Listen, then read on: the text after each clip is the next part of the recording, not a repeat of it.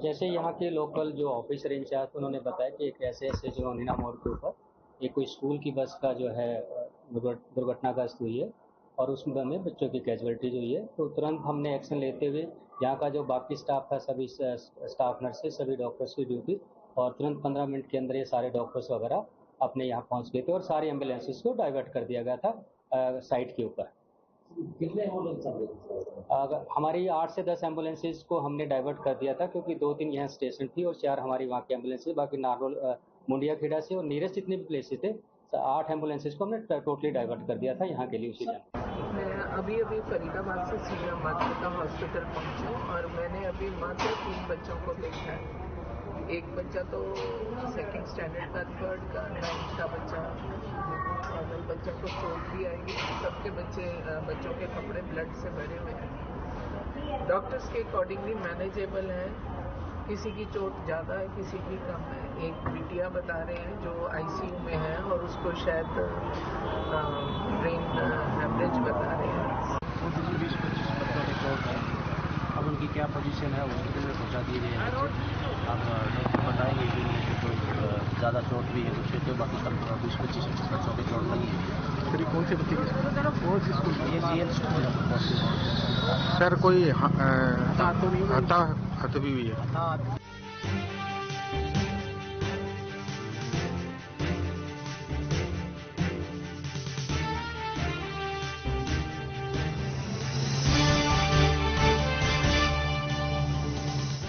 समेट सकते हैं इन सभी को एक एक करके दरकिनार करके मजहबी उन्माद का केंद्र सहारनपुर को बना दिया गया। और बहनों और भाइयों, गंगो भी उससे वंचित नहीं था। मुझे याद है 2016 में जब सिख विरोधी दंगे हुए थे यहां पर, आपने देखा नहीं इससे पहले क्या होता था, किस प्रकार की अराजकता फैलती थी। जब कांवड़ यात्रा में बैन लगता था तब तो कोई जातिवादी संगठन नहीं आता था।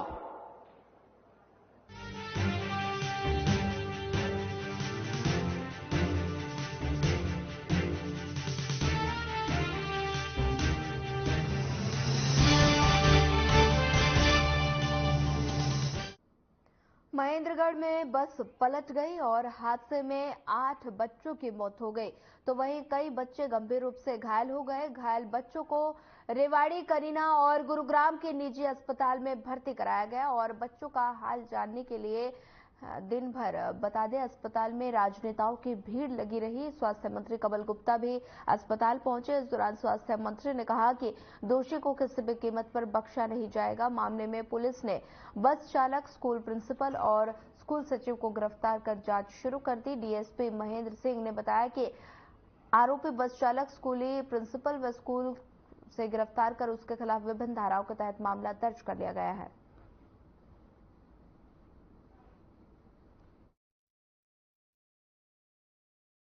ड्राइवर है जो गाड़ी को चला रहा था, धर्मेंद्र, उसको अरेस्ट कर लिया है। एक प्रिंसिपल है दीप्ति, और एक होशियार सिंह है जो सेक्रेटरी का काम देखता था, उसको अरेस्ट किया है। और बच्चे क्रिटिकल थे, उनकी संख्या कितनी है और क्या हालत है? टोटल इसमें हमारे पास 22 MLR हमारे पास एक आई थी और उसके अलावा 6 आदमियों की डेथ हुई। टोटल 34 के करीब MLR इसमें टोटल कटी है। कौन कितने आदमियों के खिलाफ मुकदमा देखिए, अभी हमने इसमें स्कूल प्रशासन के नाम ही FIR दर्ज किया है और उसमें स्कूल का रिकॉर्ड हम एजुकेशन डिपार्टमेंट से लेंगे। उसमें उसके डायरेक्टर, मेंबर वगैरह कौन है, किसकी क्या लायबिलिटी रहती है, वो एक तफ्तीश में रहेगा। आज सुबह मुझे खबर लगी कि उन्हानी गांव के पास एक बस की दुर्घटना हो गई। उसके अंदर अनेक बच्चे अपनी जान गंवा दिए, अनेक और बच्चे हैं जो गंभीर रूप से घायल हैं। इन सभी बच्चों के परिवार के प्रति मैं अपनी तरफ से संवेदना व्यक्त करना चाहता हूं। उसको बख्शा नहीं जाएगा। आज हम उस दोषी को पकड़ेंगे या हम बच्चों के ट्रीटमेंट पर कंसर्न करेंगे, आप बताइए मुझे। बच्चों के हाँ, तो मैं बच्चों की बात कर रहा हूँ। मैंने आपको बताया 37 का ब्यौरा दिया। 6 बच्चे भगवान को प्यारे हो गए, 14 बच्चे छुट्टी पाकर घर चले गए, बाकी 17 बच्चे बचे। 17 में से 12 इस हॉस्पिटल में है, 2 बच्चे गुरुग्राम में हम भेज चुके हैं, 3 बच्चे किसी दूसरे हॉस्पिटल में। तो ये 12 की जो ब्यौरा है वो मैं दे रहा हूँ, वो आप सुनिए। आप उसमें से 3 या 4 बच्चे ऐसे हैं जो अभी बॉर्डर लाइन है। उन्हानी मोड़ पे पलटी है जिसमें बहुत सारे बच्चों की 6-7 बच्चों की कैजुअलिटी हो गई और बाकी सब लोग घायल हैं।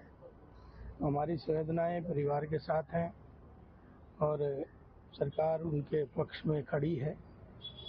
अनहोनी सो हो गई, उसको तो कोई रोक नहीं सकता, लेकिन भविष्य के लिए इसका जरूर सरकार संज्ञान लेगी। और आज पूरी सरकार आप देख रहे हैं कि उनके अभिभावकों के साथ खड़ी है, बच्चों के साथ खड़ी है। ये वाकई में ही बहुत दर्दनाक हादसा है। मैं समझता हूँ कि हमने कभी स्कूलों की बसों को हेड ऑन तो एक्सीडेंट होते देखा, लेकिन इस तरह से एक ड्राइवर की लापरवाही से इतना बड़ा हादसा हुआ है, ये वाकई में बहुत ही ज़्यादा दुखद है। पूरे इलाके के अंदर बड़ी भारी मायूसी है और मैं समझता हूँ कि जहाँ पेरेंट्स की बात आती है उनमें माँ से बड़ा ज़्यादा दुख किसी को नहीं होगा। आज 6 बच्चे हमसे मुताबिक पे चले गए और अभी भी 10-15 बच्चे हॉस्पिटल में हैं जिनके आईसीयू के अंदर इंतकाल होते हैं। हम भगवान से प्रार्थना करते हैं कि उन्हें अच्छी तरह से इलाज मिले और वो ठीक स्वस्थ होकर के घर आएँ। जिन बच्चों की जाने की गम है वो एक क्षति है। महेंद्रगढ़ जिले में स्कूल बस पलटने से 8 बच्चों की मौत हो गई और इस मामले को शिक्षा मंत्री सीमा तिरखा ने गंभीरता से लिया और रेवाड़ी में भर्ती घायल बच्चों से मिलने पहुंचे शिक्षा मंत्री ने कहा कि बस ड्राइवर के साथ साथ स्कूल के प्रिंसिपल और स्कूल मालिक के खिलाफ कानूनी कार्रवाई की जाएगी। और साथ ही उन्होंने कहा कि इन तीनों के खिलाफ एफआईआर दर्ज करने के आदेश दे दिए गए हैं। और वहीं ईद के अवकाश के दिन स्कूल खोलना गंभीर बात है और ये हादसा होना प्रशासन शासन की लापरवाही है।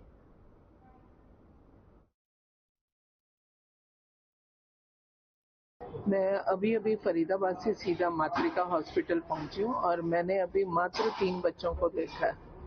एक बच्चा तो 2nd स्टैंडर्ड का, 3rd का, 9th का बच्चा है और बच्चों को चोट भी आई हुई है। सबके बच्चों के कपड़े ब्लड से भरे हुए हैं। डॉक्टर्स के अकॉर्डिंगली मैनेजेबल हैं, किसी की चोट ज्यादा है, किसी की कम है। एक बिटिया बता रहे हैं जो आईसीयू में है और उसको शायद ब्रेन हेमरेज बता रहे हैं, या मैं कहूँ तो स्कल का चोट होगी। मैं अभी उन्हीं को भी देखने जा रही हूँ, मिलने जा रही हूँ। हादसा बहुत दुखद है, बहुत पेनफुल है। मैं दुकान पे था जी, तो गांव में से फोन आया किसी का, बोला आपके बच्चे जीएल में पढ़ते हैं, जाके बच्चों को संभाल लो, बस ऐसे ऐसे पलटी मार गई। तो मैं वहाँ से तुरंत निकला जी, जाके देखा वहाँ बहुत बुरा हाल था। बच्चा वहाँ एक भी मिला नहीं। हॉस्टल में गए, वहाँ कम से कम 10-12 बच्चे तो गए, उस टाइम डेड हो चुके थे और इन बच्चों को लेके वहाँ से निकले और रेवाड़ी लेके आए। आपका बच्चा कौन सी क्लास में पढ़ता है? एक बच्चा 6th में है सर, 2 9th में है और एक गुड़िया 1ली क्लास में पढ़ती है जी। कितने बच्चे आए? 11 बच्चे आए हैं यहाँ पे और काफ़ी बच्चों को तो काफ़ी गहरी चोटें लगी हुई हैं। अभी रिपोर्टें हुई नहीं हैं, जैसे जांचें हो जाती है उसके बाद क्लियर हो पाएगा कितने बच्चों को कितनी ज़्यादा चोटें हैं। तो कई बच्चों को तो पैर भी टूटे हुए हैं, हाथ में भी चोटें ज़्यादा लगी हुई है। अभी जांचें होने के बाद ही क्लियर बता पाएंगे हम आगे का क्या रहेगा। 11 बच्चों की कंडीशन ज़्यादा? 11 बच्चों में से कम 4 से 5 बच्चे हैं जिनकी हालात में ज़्यादा खराब लगी हुई है। कोई फोटो होने के बाद क्लियर पता चलेगा। लोक निर्माण और जन स्वास्थ्य अभियांत्रिकी मंत्री डॉक्टर बनवारी लाल रेवाड़ी के निजी अस्पताल पहुंचे। बनवारी लाल ने निजी अस्पताल में पहुंचकर घायल छात्रों का हालचाल जाना।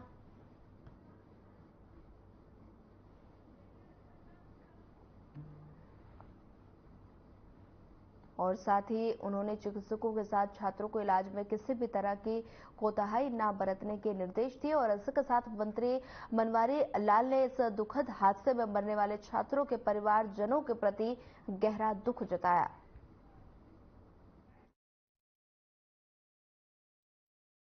बहुत ही दुखद घटना हुई है और दिल दहलाने वाली घटना है और आज कुछ मासूम बच्चों की जान भी गई है और आज इस मातृका हॉस्पिटल के अंदर भी 12 बच्चे एडमिट हैं।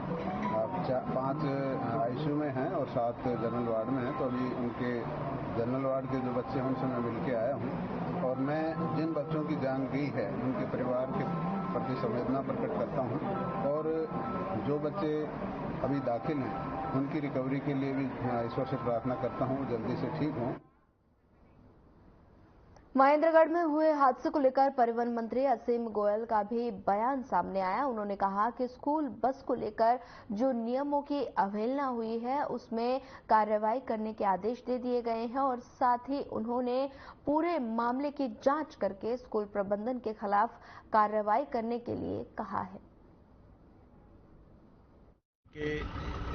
का ये जो स्कूल का बस हादसा हुआ है बहुत ही द्रवित करने वाला और बिल्कुल दुखाने वाली एक बहुत ही दुखदायी घटना है। मैं दिवंगत सभी आत्माओं के प्रति परमात्मा के श्री चरणों में विनती करता हूँ सभी परिजनों को संबल दे और निश्चित रूप से मैंने जो हमारे विभाग के उच्च अधिकारी हैं उनको जांच के आदेश दिए हैं।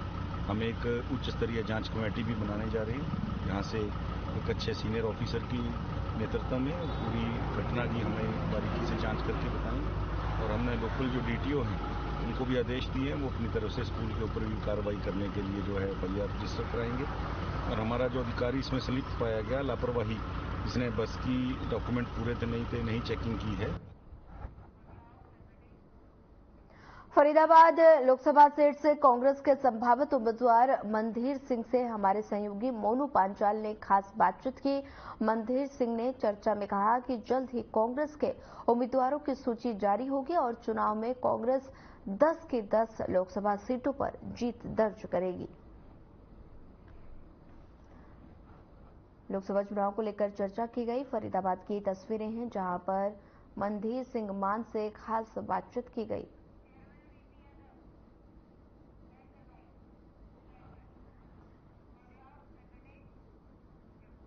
स्कूल बस हादसे पर हरियाणा शिक्षा बोर्ड के चेयरमैन वीपी यादव की प्रतिक्रिया भी सामने आई है। साथ ही उन्होंने कहा कि बच्चों ने बताया ड्राइवर शराब पीकर ड्राइविंग कर रहा था। वहीं उसने पूछा गया तो आपका स्कूल आज के दिन छुट्टी के दिन खुला है तो वह जानकारी ना होने की बात कहकर बचते नजर आए।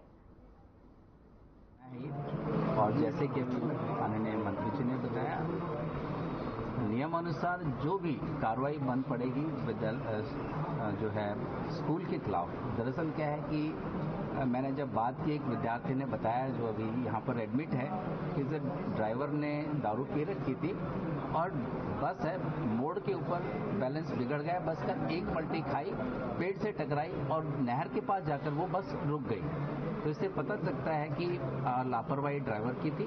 और साथ में जब पूछा गया बच्चे से उसने और आगे बताया कि हमने अपने टीचर को बता दिया था कि ये ड्राइवर दारू पी के आता है। इसका मतलब ये है कि उसके बावजूद कहीं न कहीं जो है मैनेजमेंट तक चाहे तो बात पहुंच ही नहीं। अगर पहुंच गई है तो उन्होंने कोई किसी तरह का जो है संज्ञान में लेकर एक्शन नहीं लिया।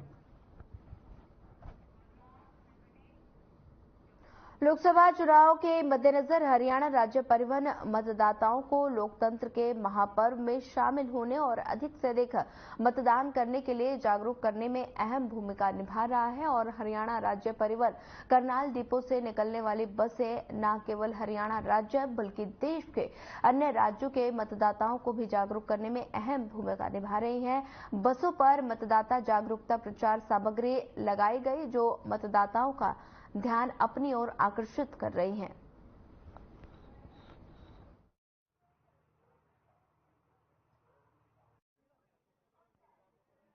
ये सरकार ने हरियाणा के नागरिकों को या भारत के नागरिकों को जहां जहां सरकारी बसें जाती है उनको जागरूक करने का प्रयास किया है ताकि ये जो लोकतंत्र का महापर्व अब इलेक्शन के रूप में आ रहा है लोगों को ये जागरूक किया जा रहा है इन बसों पे पोस्टर लगाने के माध्यम से कि भी लोग ज्यादा से ज्यादा अपने मत का प्रयोग करें। वोट भले ही किसी को दें परंतु अपने मत का प्रयोग करें, मतदान करें ताकि एक अच्छी सरकार, अच्छी संस्था और अच्छा जो है ना इस देश के भविष्य के लिए अच्छा होगा। तो इसमें पूरी तैयारी चल रही है, स्वीप एक्टिविटी चल रही है रेगुलरली। जो हमारी स्मार्ट स्क्रीन्स लगी हैं, कुल 39 स्क्रीन्स हैं स्मार्ट सिटी हेल्थ डिपार्टमेंट इनकी, वहाँ पर वो स्वीप एक्टिविटी और वो इलेक्शन के रिलेटेड मैसेज डिस्प्ले हो गए हैं। लिफ्ट्स में स्टिकर्स लग गए हैं। रोडवेज की बसों पे विभाग द्वारा वो कैंपेनिंग चल रही है कि स्वीप एक्टिविटी और वोटर अवेयरनेस वो लोगों को वो सब डिटेल्स उस पर दी जा रही है। 25 मई को जो इलेक्शन है इसके बारे में लोगों को जागरूक करने के लिए अपने मत का प्रयोग करने के लिए, इसलिए इसमें हमारी भी जिम्मेवारी बनती है कि लोगों को जागरूक करो, अपने मत का उपयोग करो और जो है वोट चाहे किसी सरकार को दो, लेकिन हमने वोट डालना जरूरी है। बढ़िया देख रहे हैं हम, बस रोडवेज बसों पे लगा रखे हैं, पोस्टर वगैरह लगा रखे हैं और सभी को अपना वोट जरूर देना चाहिए, चाहे किसी मर्जी पार्टी को देना चाहिए, अपना वोट वेस्ट नहीं करना चाहिए, देना चाहिए। ठीक है बैल तो वैसे ही पोस्टर लगाएंगे, जैसे पोस्टर लगाए हुए हैं, जैसे देख सकते हो आप तो पोस्टर लगाए हुए हैं रोडवेज बस स्टैंड पे। इससे क्या फायदा है? इससे ये फायदा है और लोग जागरूक होंगे, उनको पता लगेगा अभी 25 मार्च को भी वोट है, जो 25 मई को वोट है। करनाल के जिला जेल में बंद एक कैदी ने आत्महत्या करने का प्रयास किया और बताया जा रहा है कि कैदी ने पहले अपने खाने वाले प्लेट को काटकर उसे नुकीला बनाया और जेल में बने बाथरूम में जाकर अपने गर्दन पर बार बार वार करके जख्मी हो गया। वहीं जेल कर्मचारियों ने जख्मी हवालाती को करनाल कल्पना मेडिकल अस्पताल में भर्ती कराया और जेल अधीक्षक ने रामनगर थाना को सूचना दी, जिसके बाद पुलिस ने हवालाती के खिलाफ मामला दर्ज कर आगे की जांच शुरू कर दी। वहीं इस पूरे मामले को लेकर रामनगर थाना प्रभारी सुशील कुमार ने बताया कि आरोपी के खिलाफ अगस्त 2023 में निसंग थाने में पोस्को एक्ट के तहत मामला दर्ज हुआ था और बुधवार को इस मामले में कोर्ट में सुनवाई थी।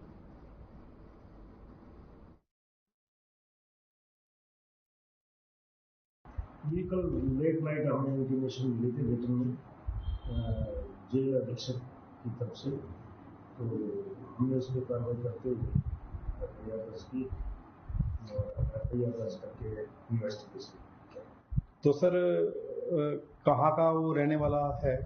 वो सिवा गांव का रहने वाला है और मिसिंग थाने में इसके खिलाफ मुकदमा दर्ज हुआ था पॉक्सो एक्ट का और उसमें गिरफ्तार हो गई, जेल में था अभी और इसकी कल कोर्ट में पेशी भी हुई थी, जो ट्रायल कोर्ट। पोंडरी खंड के गांव फतेहपुर में मां मनसा देवी मंदिर में साल में 2 बार मेले का आयोजन किया जाता है और इस दौरान हजारों की संख्या में भक्त मंदिर में दर्शन करने आते हैं।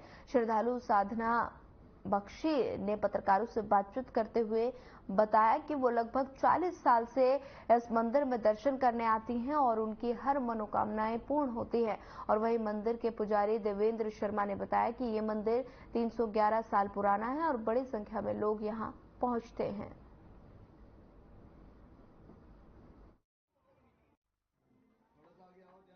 मेरा नाम देवेंद्र शर्मा, माता मनसा देवी मंदिर फतेहपुर से।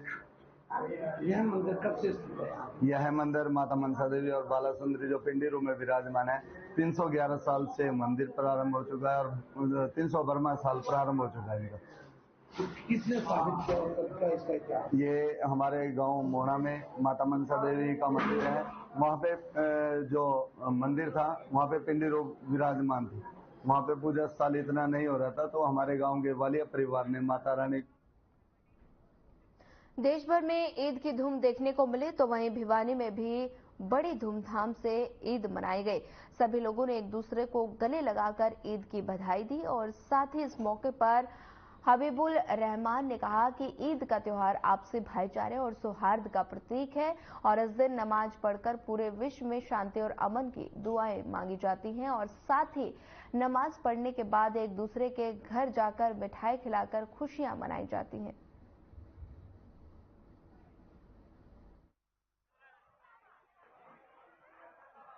मेरा नाम है हबीबुर रहमान। ईद उल फित्र है, मीठी ईद जिसको कहते हैं, और ये रमजान के महीने के बाद में रोजा रखकर जो है ये ईद आती है और बड़ी खुशी का दिन है। हजारों आदमियों के तादाद में यहाँ आदमी मौजूद हैं, आपस में बहुत अच्छे भाईचारे के साथ में नमाज अदा करने के लिए आए हैं। आपस में दुआ सलाम और मुसाफा करते हैं, क्योंकि आपस में रंजिश हो लड़ाई झगड़ा उसको खत्म करना है, अल्लाह से दुआ करते हैं कि पूरा मुल्क में जो है अमन और अमान कायम रहे, इसके लिए सब भाई दुआ करेंगे। चरखी दादरी में भी धूमधाम के साथ ईद मनाई गई। सैकड़ों की संख्या में लोग मदीना मस्जिद पहुंचे और उन्होंने ईद की नमाज अदा की। वहीं मुस्लिम समुदाय के लोगों ने एक दूसरे को गले मिलकर बधाई दी और साथ ही देश की एकता और अखंडता के लिए कार्य करने का भी संभव संकल्प लिया गया। और साथ ही कादरी ने बताया कि ईद का पर्व पूरे देश में बड़ी धूमधाम के साथ मनाया जा रहा है। इस पर्व पर सभी ने ये दुआएं मांगी कि हमारा देश तरक्की करे, देश में अमन चैन और शांति बनी रहे।